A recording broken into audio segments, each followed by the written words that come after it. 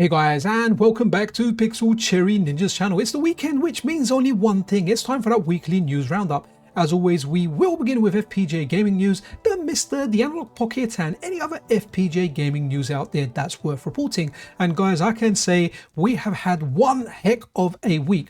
After the FPGA stuff, we will move over to the random and retro gaming side of this new show.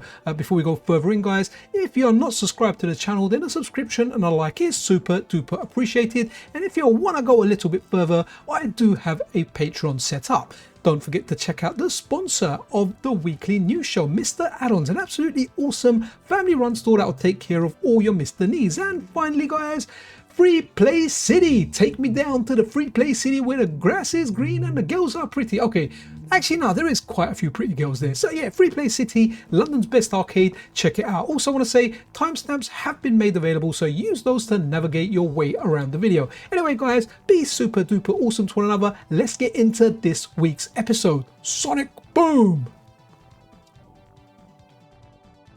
We now have a new game as part of the JT Sega System 18 core, and great news, guys, it's another light gun game. Here I am, a video that I did last night, late last night, playing it with the Xain'd light gun. Now, when I played this, when I was shooting the enemies weren't reacting, however they were taking damage. Someone did mention in the comments of that video that there was an issue with like my calibration or something. I did like run the Xain'd gun in a normal way, and the crosshair that you can see on screen for the Xain'd light gun, it was perfectly accurate. I mean, I looked down here and where my line of sight went, the crosshair was there. But maybe I need to look back into it. It does seem like a fun game. It's very, very charming, especially like the first level boss where these two monster heads pop out of a movie poster and start attacking you. The second level boss in an elevator is really, really good. So this is a fun game. If you've got a Xain'd light gun, go enjoy it. Hatego mentions in his Patreon post that you can play this via a mouse as well, but it becomes very, very easy on the mouse. And he says if you're going to play this on the mouse, then maybe crank up the difficulty to the hardest level. As well as that, you can play this with a controller. By like default, the left analog stick will be configured as a gun, but honestly, I really don't like playing these games in that manner. They've become a lot more fun since I got a light gun, and I can stand by the Xain'd light gun. I've played it. Once you kind of initially get it set up and you get your head around it, I've got a tutorial on the channel of how to get it running on the MiSTer. It works really, really well. It's very, very accurate, and it just works absolutely superb. But what does this mean for the wider part of the Sega System 18? We know it's been in beta for quite long, so hopefully getting this release and getting a couple of other releases on there will mean that it will be ready for prime time soon. So all of you non-Patreon supporters, which there's nothing wrong with, by the way, guys, that are waiting for the public release, will be enjoying this excellent core soon. Can't recommend this core enough, especially Moonwalker, Shadow Dancer, and Alien Storm. I should have said Shadow Dancer first, because that is my favorite game out of the three, with Alien Storm being the second and Moonwalker being the third. But absolutely fantastic, great new beta for this weekend. Go enjoy. And when it comes to innovation, well, Hatego has got your back. So this here, look what we're doing here. We're playing the 4-player version of Teenage Mutant Ninja Turtles. And you know, when you're playing the 4-player version, player 1 is always Leonardo. Well, now you can change it around now. So here I've gone for player 1. I've made player 1 the 4th character, who is Raphael. So when we put in a credit and begin our game, bada bing, bada bo, here we are with Raphael. And it's amazing to see Hatego do this stuff. I mean, it's really, really nice. And I did a video on this yesterday because I was very excited about it, but I failed to mention one key point, and that's nostalgia. So we know we have the 2-player versions of these games, right? So this actually covers, for the moment, Sunset Riders, The Simpsons, and Teenage Mutant Ninja Turtles. But when I played this in the arcade, I never played the 2-player version. I did see a 2-player version once, but my local arcade had the 4-player version. So the issue, the nostalgia that gets to me, right, was when you're playing the 4-player version, it had 4 different coin shoots, right? Player 1 Leonardo, player 2 Mikey, player 3 Donatello, player 4 Raphael. So when I played this in the arcade, I usually picked Raphael or Donatello. So I would put the coin in the 4-player shoot or the 3-player shoot. And what would be really interesting now is, look, if there was only 2 of us playing, we had insert coin like you can see up there for player 1 and player 3, because we're only playing player 2 and player 4. Now, believe it or not, it actually adds to the nostalgia. So when I was playing this by myself and I was Raphael, all 3 players, 1, 2 and 3, would say insert coin, and player 4 would be only one that's playing. So well done, Hatego, absolutely brilliant. All you need to do is just update your core and you are dandy. You can have this option which you can pick from the OSD. a little bit of bad news concerning everyone's favorite magical sound shower. So Outrun for the Analog Pocket, the Outrun core for the Analog Pocket has been retired, and that's because every time there's an update, issues are presented to the core. So what Ortega's done is he's retired it from now until he can find a permanent solution for the sprite problem that this game presents. Now, all isn't completely lost here. It just means via the updates it's not going to update. Depending on how you've got your updater set up, it might delete the version of the core you've got, so you may not have it at all.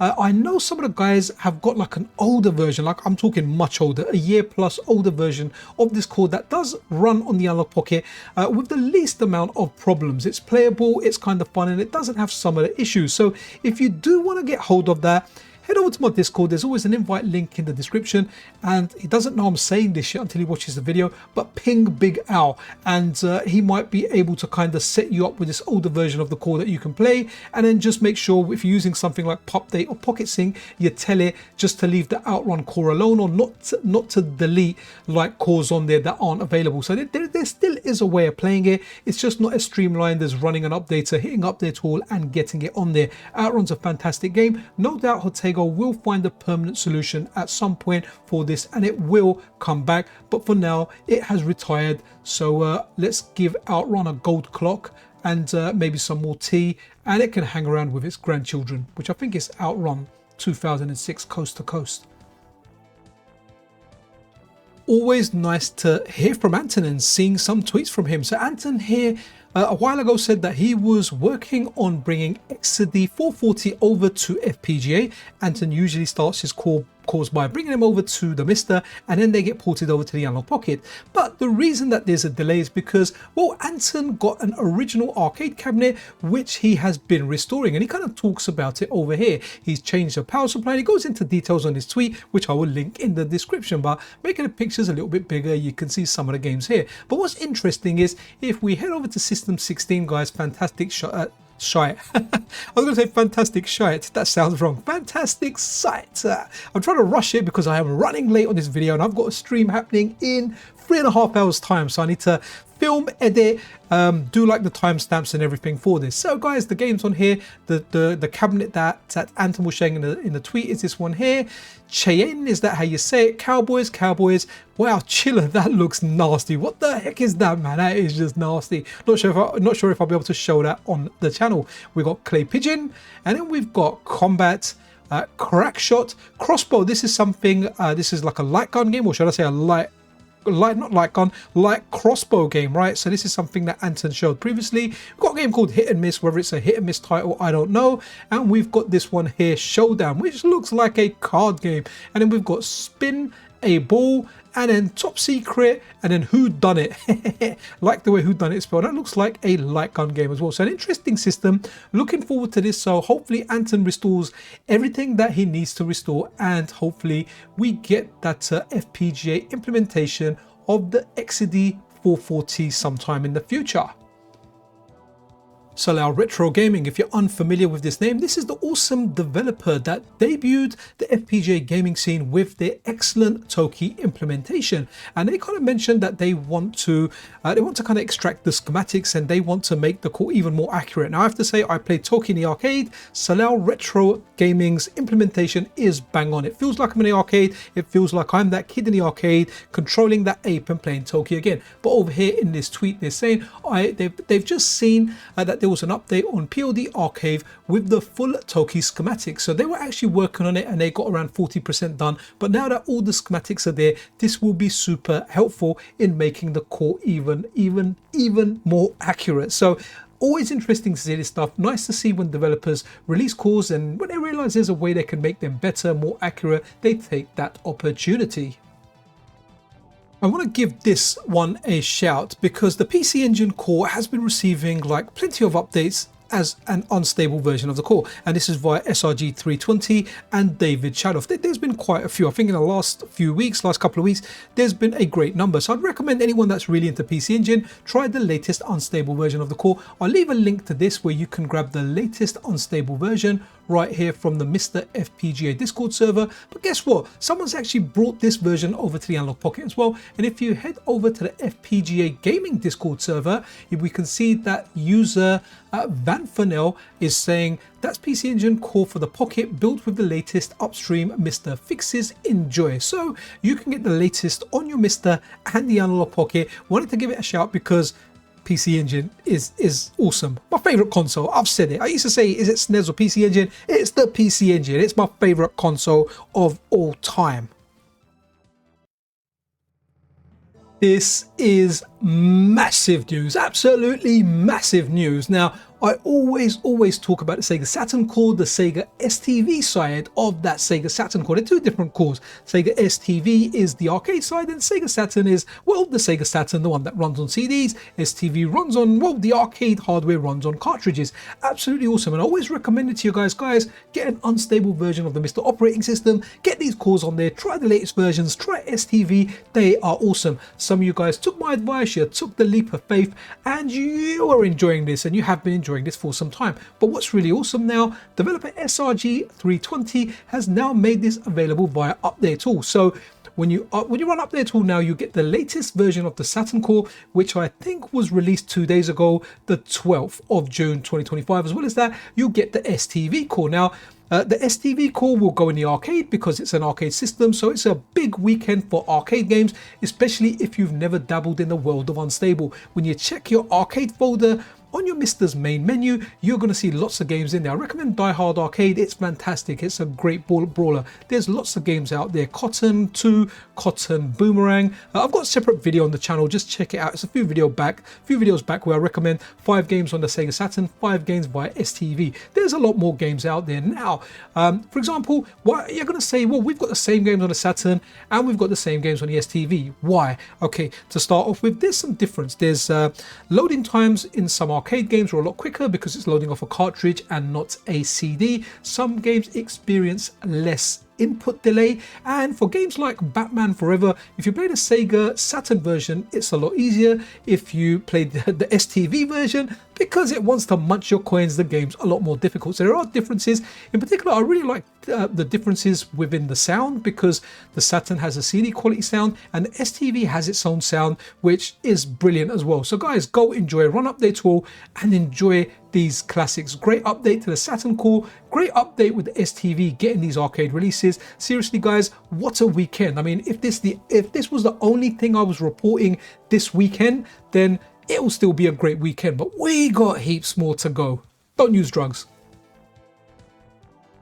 Ask me now guys, what is my favorite fish? My favorite fish is the Jesus fish, because as I was filming this week's news episode, they dropped me a message saying the CD-I core is now available via Update Tool. This video that I'm using for reference is an older video from 8 months ago. Naturally, there'll be some updates to that, but hey, if you want to test out the Phillips CD-I core, you can do. Just run Update Tool, grab it. Likely you need to provide the games, the assets yourself, but hey, at least it's going to get you the core and it's available via Update Tool. Try it out guys. It's janky. There's not a lot of great games on there. There might be a couple of decent games on there, but it's just amazing seeing this from a preservation standpoint. The MiSTer, the gift that just keeps on giving. And if you're not involved in the testing, the test builds, the unstable nightlies, you're just someone that waits for Update Tool, well, you're in for a treat. We just looked at the update of the Sega Saturn core, STV coming, and now you can potentially try one of the worst Mario Brothers games ever made on the Phillips CD-I. Seriously, it really isn't that good. And there's also like a terrible Zelda game on here. In fact, there's 2 terrible Zelda games on there. Now, not everything is working at the moment. There are still features that need to be implemented into this core, but hey, go enjoy now. And it's always fun testing out new systems. So big shout out to Slammy, the main developer behind this, and everyone else that's involved. And a massive thank you to the Jesus Fish that always just keeps me in the loop, because sometimes it's hard keeping up to date with everything.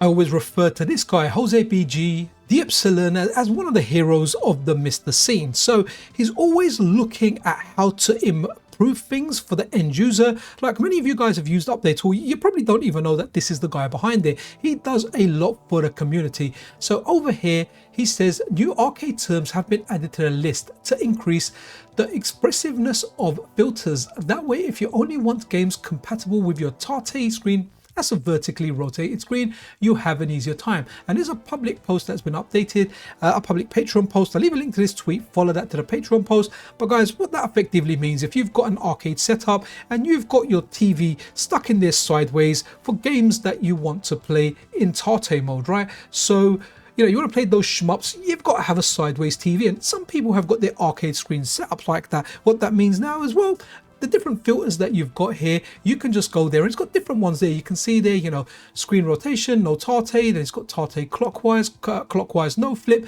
So many different options there. So once you get into that category, it will just launch the games like that. Again, it's all these little quality of life improvements that keep coming. And the MiSTer is such a mature product. I think like last week, was it, or a week before, we celebrated the birthday of the MiSTer. It is 8 years old, man. It's almost ready to go into double digits. Well, a couple of years away, but amazing work from the Epsilon, always doing these little things that are so significant, and for the people that these benefit, they will be extremely happy. It won't be me though, I don't really have Tate around. I can't even flip my monitor around, I'm so tight on space.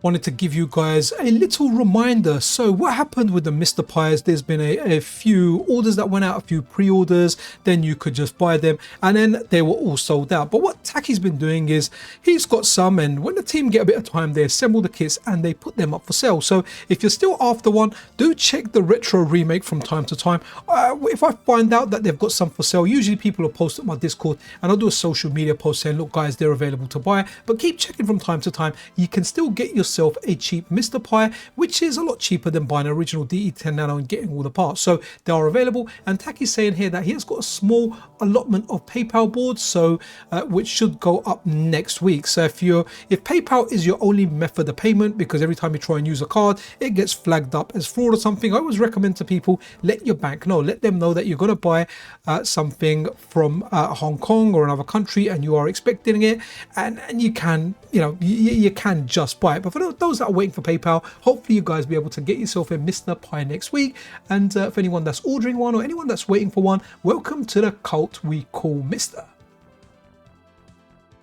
Just a quick look at this. So this is June the 8th update for MiSTer Organise, and in particular some of the editions are the MiSTer Computer Editions, Commodore 64, Amiga Vision, Neon 68K. Absolutely love Amiga Vision and Neon 68K. Also remind myself I need to test out Commodore 64 because I played Super Street Fighter 2 Turbo, the C64 version, and I was blown away. But as you can see, there's a whole bunch of stuff in here. He's always doing stuff to make the organization of your MiSTer better. For those that really want their stuff organized, consider supporting MiSTer Organise over on Patreon if you want to get like some extra help and you want to kind of ask for some features that can be added. But yeah, the June the 8th update is here. The Neon 68K, guys, it is just so darn good. So discovering like computers on the MiSTer FPGA has been a lot of fun. The Amiga is something that I had, but the Amiga Vision front end just woke up a lot of nostalgia for me because there's a lot of games that I forgot I ever played on the Amiga, and when I scroll through that menu and I see the pictures, I'm like, wow, I want to play some more Amiga. What the guys have done, the sister kind of projects that they have was the AL486 core, which made playing those games very easy. Really takes out all the like nitty gritty out of it, and it just streamlines the process. So their kind of latest work is the Neon 68K, which gives you easy access to the X68000 core. Games that work, they've been put into genres, they've been put into types. It's just amazing. Games that run on joystick, games that run on keyboard and mouse. But what the Jesus Fish and Dave Wongilius have done here, two of the most helpful people in the FPGA gaming community. Seriously, these guys should be knighted. So they've actually got a script here. I haven't tried it yet, but I do need to add it to my MiSTer, but automatic updater script. So what it will do, run the script, and if there are any new additions, it will just update it for you, which I think is a great way. Rather than downloading a whole pack, putting it on there, doing it from scratch, this will just pick up all that stuff for you. So absolutely fantastic, love it. And a reminder to myself, go over my video, check the links that I'm going to put in my whole video and add them to my MiSTer so I can try this out. I definitely want to try this again. I want to do a live stream at some point, but yeah, awesome stuff. Some super good news here. So a lot of people, when they bought their latest version of the MiSTer Pi bundle, you got this little PCB in there, right, which is an NFC reader. But a lot of people were saying that, hey, what the heck are we going to do with this? It's just a little bit of circuitry. Well, Bedroom Ninja has got you guys. So latest version of NFC engine with support for Taki Udon NFC reader will be released on Maker World soon. It will also support the official Zapparoo Zap pad. So if you wanted housing for the little PCB, the little NFC reader PCB you got with the latest version of MiSTer Pi, well, Bedroom Ninja is going to release this soon. His work is top notch, so keep an eye on that. Follow him over on X if you have an X account. If not, no doubt when it will be out, I'll have it in a weekly news video, and you can house that little PCB that you got with your MiSTer Pi, or if you bought it separately, if it is available separately. I want to show you these here, guys. So guess who has leveled up? Anime Otaku has leveled up. So the guys have always been printing different NFC cards. What they've usually been doing is they've been buying NFC cards and they've been printing stickers, and they've carefully been placing those stickers, sticking those stickers on the NFC cards, right? They've been doing a really good job at them, but if you're like me and you put it on a little bit bent, the sticker goes on all bent. So what Anime Otaku is doing here, he's got himself a new printer. Printing directly on NFC cards is a different beast. Now I have to say, the Zapparoo cards that I have got, they are printed directly on the card, and it's not because I have a printer that prints on cards. It's because I'm a people's person, and at my old job I spoke to, like, we had a department that did ID cards, and I was buddy with the guys, and I was like, hey man, like, I've got this thing called, it was called Tap2 then. Wizzo sent me a reader. I said, I want to get some cards for this. I said, can you print me some cards? And they were like, yeah man, we can do a couple. How many do you want? I said, how does 30 sound? And they said, Pixel, yeah, taking the birdies, but we like you. We're going to print you those 30 cards. And it just felt really good. They're actually printed on the card. But what I did was, I didn't design stuff like Anime Otaku. I just went onto Google Images. I was like, yep, logo for Bubble Bubble, logo for Street Fighter 3. And I just printed those logos on the card. If you want to see them, let me know, and I'll do a X post showing you those, or a community post on there. But I've still got them, they're hanging about, and I should use them at some point. But amazing stuff from Anime Otaku. I love his design work, and I think these cards look really, really good. What do you guys think? Developers and people in general in the community, most of us have full-time jobs, some of us have families, we have a lot of commitments. For example, I work solid throughout the week, Monday to Friday. I usually look after my elderly mum on many days during the week. She has dementia. I've also got 3 kids. All right, my daughter's quite old. She's a moody teenager, but the boys are 9 and 11. And in between that, I find time to do these videos. In fact, I have very little leisure time. Most of it is spent doing these videos. So if you haven't liked and subscribed, please like and subscribe. So the same goes for developers here. Badoo2 has been mad busy recently, whatever it is in life, work, family life, all that stuff. Again, life has been crazy, like he says in this X post, responding to TW Lewis, who's asking Badoo2, you know, what's happening with the fast forward on the GBA core, and how much will it cost me? Badoo says, just picked it up again.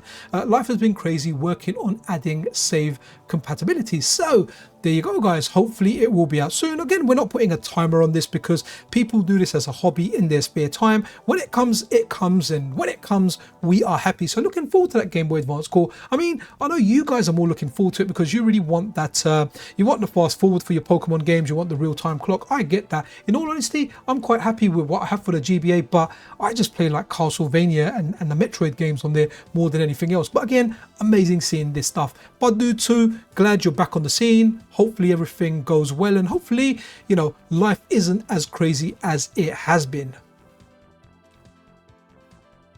Well, slap me 7 ways to Saigon and call me a cherry ninja pixel.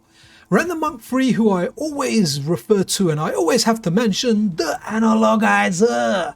They're working on bringing their mystical Xain'd Sleena over to the Analogue Pocket, and look, here it is running in all its glory, and it looks good. And a lot of people really like this game. I remember when it got released for the MiSTer, people were like, this was in my local video store, my local pizza place. I played it, I could once see it. A little bit before my time, but I do look forward to giving this another shot on the Analogue Pocket. So good stuff from Random Monk 3, and even though he's not been covering the Analogizer in this particular post, I just thought I'd mention it, but no doubt it will get that Analogizer support.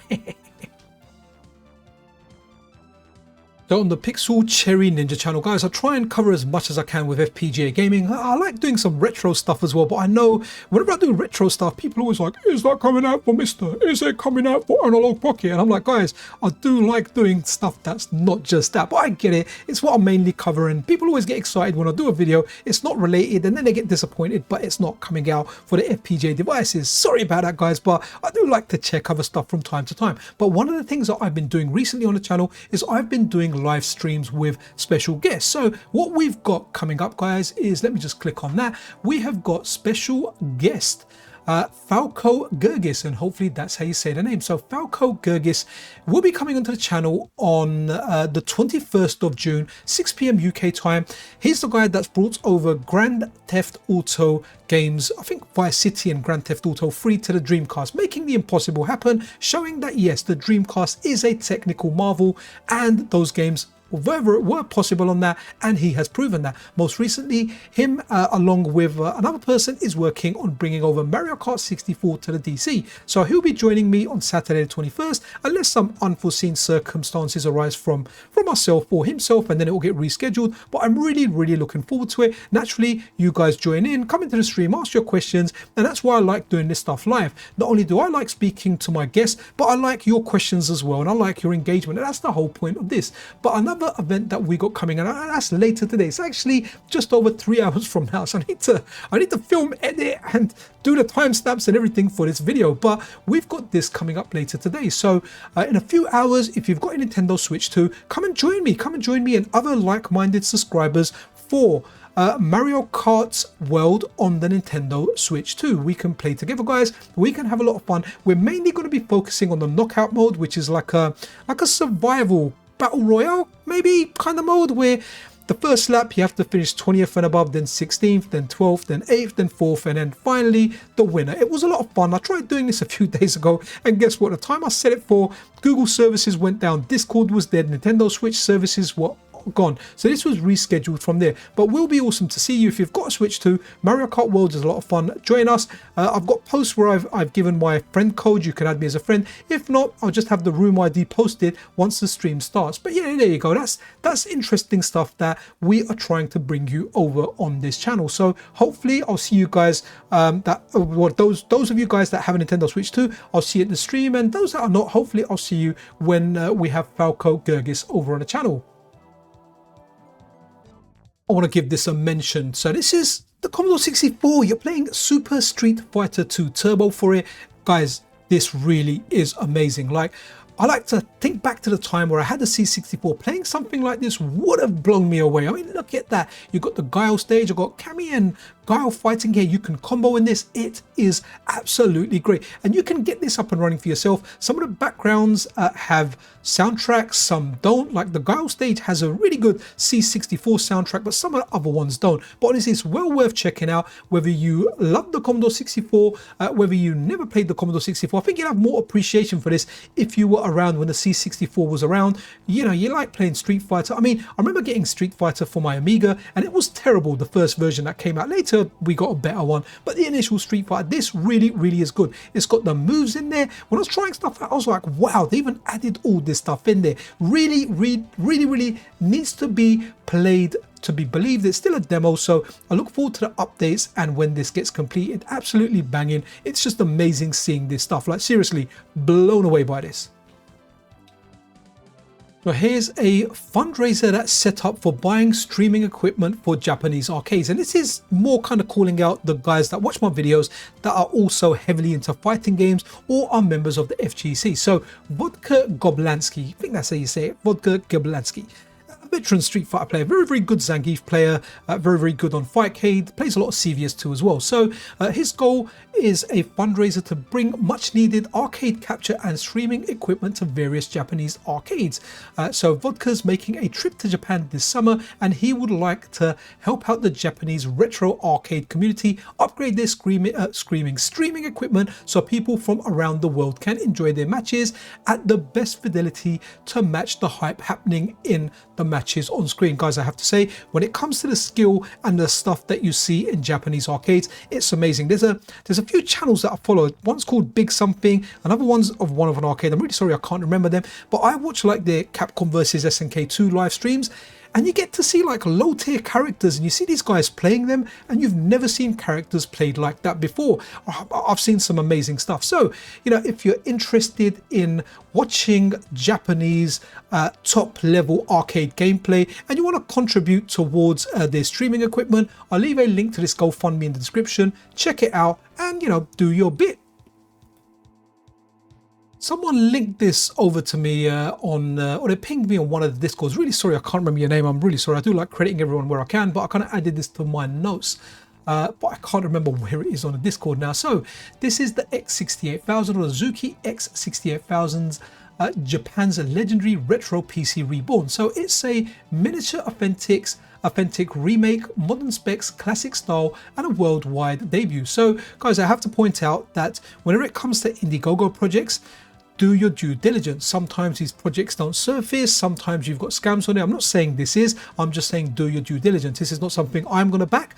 I'm happy with the X68000 core and the MiSTer. I've played it a little bit and I like it. I know it's probably not the best, and there's people that are going to be out there saying it's far from perfect, but did I have fun playing it? Yes, I did, and that's what really matters to me, because I don't know the system, so I can't compare it with the original. But for anyone out there that is really into this and wants to back a project like this, then look into it. But like I said, do your due diligence. I've backed multiple projects on Indiegogo. They've mainly been like retro PC handhelds. I've done it from I think one netbook or one X player. I've done like GPD ones. Those are the main ones that I've done. I think I've done an Odin as well. So I've backed a few projects and every single thing has come through. So my experience has been good, but I do understand there's an element of risk that's involved in crowdfunding. But either way, the X68000, when I played it on the MiSTer, I was like, wow, we had the Amiga and these guys had like arcade perfect ports.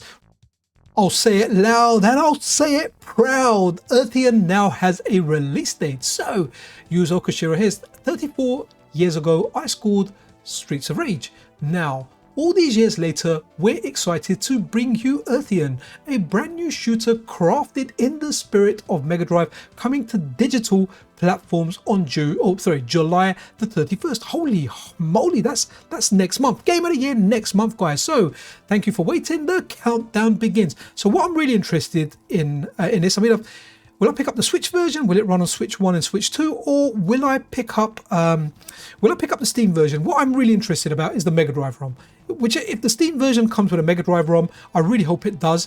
And obviously it's coming out for Switch as well. So if it comes with the Mega Drive ROM, I would like to pick up the Steam version because I'll have it on Steam, which I can play on so many different devices. And as well as that, I'll have the Mega Drive ROM, so I can put it on the Analogue Pocket. I can put it on my MiSTer as well. So looking forward to this. Can't believe it's that close. I mean, look at it. It's so beautiful.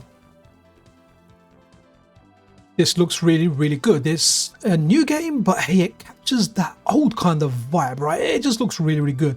I haven't had a chance to actually play this demo and test it out now, and the reason I'm showing it is because this is one of the games that we're looking forward to. Ninja Gaiden Ragebound. Ninja Gaiden was awesome, and now we've got a 2D game, guys. We're in a 3D world, and it's always nice getting, I mean, we do get plenty of indie games, don't we, 2D stuff, but look how good this looks. But the great thing is, guys, there is a demo available. There you go. So you can download the demo and play it now on whatever device you want. Play it on your Steam Deck, play it on your PC, play it on whatever rig you want, but this just looks really, really good. Hopefully when I get a bit of time over the weekend, I'll run this on a device and try it out. But I know already I like it, and wow, it's coming out the same day as Earthion. Oh man, my wallet is gonna be hurt. So guys, that wraps it up for this week's episode. I certainly hope you enjoyed it. If you did, then a subscription and a like is super duper appreciated. Be absolutely awesome to one another, guys. This is Pixel Cherry Ninja out.